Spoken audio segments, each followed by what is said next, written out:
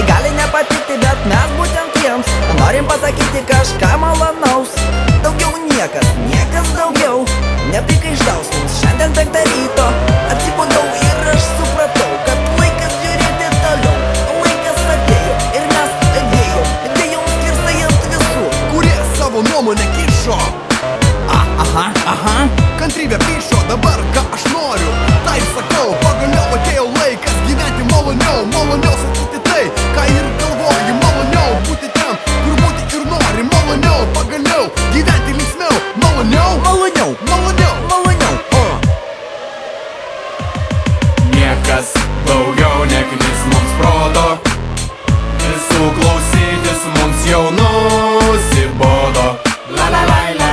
Ir niekas daugiau neknis mums proto, ir tai ne juokas, kaip kažkam atrodo. Ir vėl išeinu į miestą, einu per gatvę, erzina daug dalykų. Šalia tavęs tie reklamos, agentai, skrajutės projektai. džiaugiasi jais tik snobai studentai. Nuotaika kyla tik tada, kada šalia praeina seksualo mažulė. Namo ateini ir vėl supranti, kad kažkas ne taip.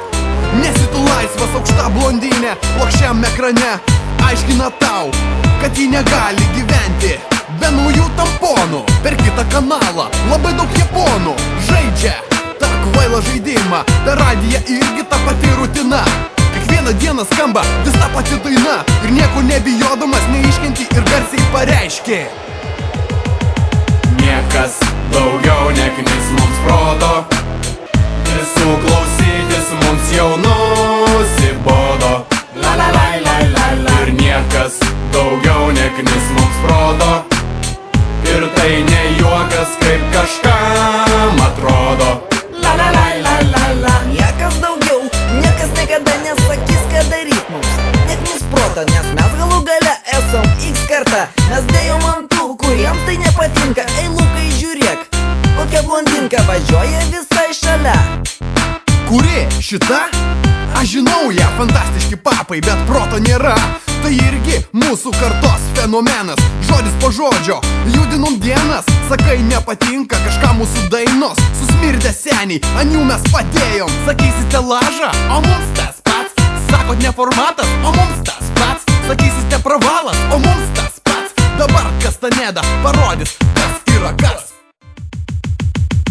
Niekas daugiau neknis mums proto, visų klausytis mums jau nusibodo. Ir niekas daugiau neknis mums proto, ir tai ne juokas, kaip kažkam atrodo. Kas?